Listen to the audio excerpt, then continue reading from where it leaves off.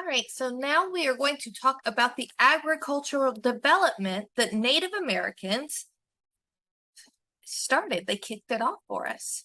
All right, so, or Native people, or ancient peoples, I should say. And we'll get into why I say that versus just Native Americans.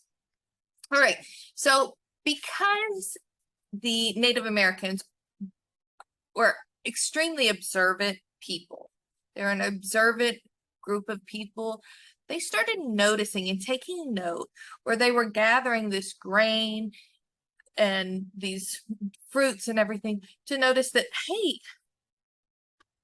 we get the best produce or the best food when the soil is moist and fertile. Now, they might not have quite known what made it fertile at first, but they figured it out because they were able to domesticate over 100 different types of plants and some animals as well. Like the first animal domesticated in the Americas was a goat. They domesticated goats so that they would have milk, they could use them for multiple things aside from meat as well, of course. But they started domesticating wild grasses. That's where we get wheat and barley. Native Americans,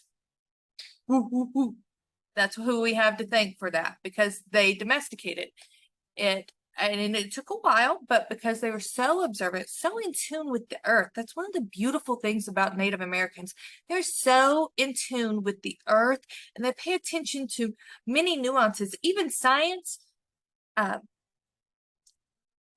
takes a while to be able to specifically explain what Native Americans have known all along on many things. Not everything, but many things, because they're so observant, they pay attention. So they were able to, some of the plants that they were able to domesticate were pumpkins, peppers, beans, tomatoes, gourds, lima beans, and potatoes. So I'm thinking of my diet, and I'm like, all right, beans, lima beans, tomatoes, peppers, and potatoes, it's a pretty solid diet. And they also were able to domesticate corn, another thing that I love. Think vegetable oil, but corn. Yes. So while the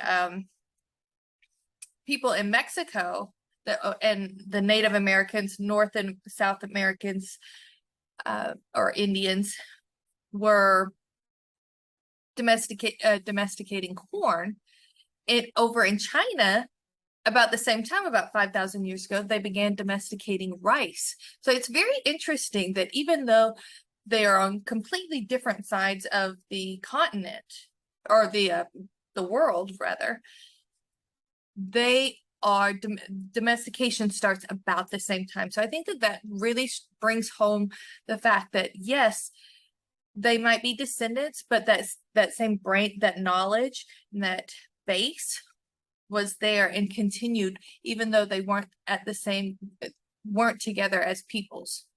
They had that intuition, that native connection with the earth to figure out how to do things like that. Like if you ask me how to, without having any science, to be able to understand things, and ask me to crossbreed a flower, there's no, like, that's not a skill set I have. I don't even know where I'd begin. So to me, even though these things sound so everyday and mundane to us, think about that. There weren't any science textbooks. There wasn't any, you couldn't look under a microscope to figure things out. No.